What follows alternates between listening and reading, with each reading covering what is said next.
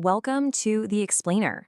Today, we're going to break down the core ideas from a Bible study on Romans 12. And what's so cool about it is how it's framed as this practical guide for a universal journey of personal transformation, a path that really anyone can connect with. So let's dive right in. The whole conversation gets started by nailing a problem we all know, right? Our own old man ego drama. It's that internal noise, that baggage that just gets in the way of finding any real purpose. So the big question is obvious. How in the world do you get past that? So to answer that, the source material lays out a path forward. It's not some vague idea. It's a really powerful two-step process that kicks off the work of genuine, lasting change. Let's take a look at what those steps are. Okay, so it all starts with two foundational actions. First, you have to present your bodies, which the group basically says means you need to be all in, total commitment, no holding back. And second, you have to be transformed by the renewing of the mind. And this is the deep internal work, It's about fundamentally rewiring your entire mindset.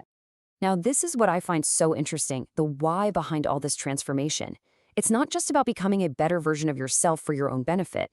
The real goal is to get aligned with a greater will, one the text calls good and well-pleasing and perfect.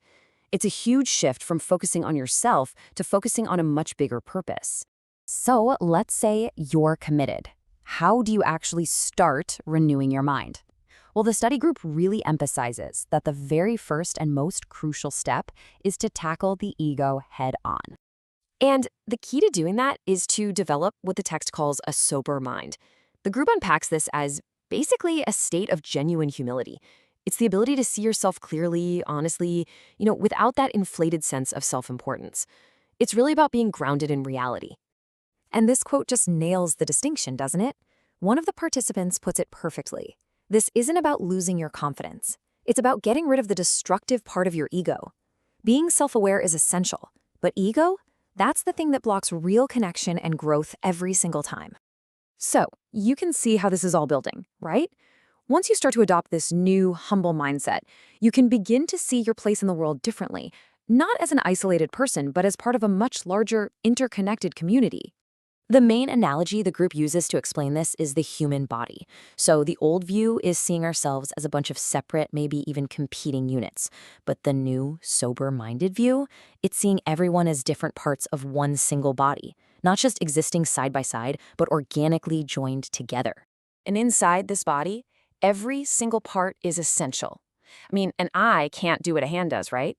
In the same way, you have a unique function that nobody else can fulfill.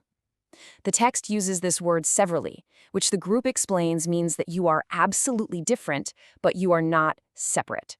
So the whole point, the real power, comes from everyone coordinating and cooperating. Okay, so if we each have our own unique function, that's great, but how do we find it? How do we use it? Well, the source explains that this happens through specific gifts. And these gifts, they're fueled by something called grace. Let's break that down, because it's a big idea. The group has this really dynamic definition of grace here.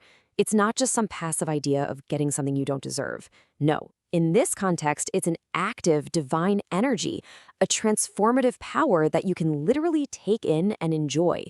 And that grace is what then comes out as your unique skills and your abilities. And to really drive this point home, they use this quote from the Apostle Paul.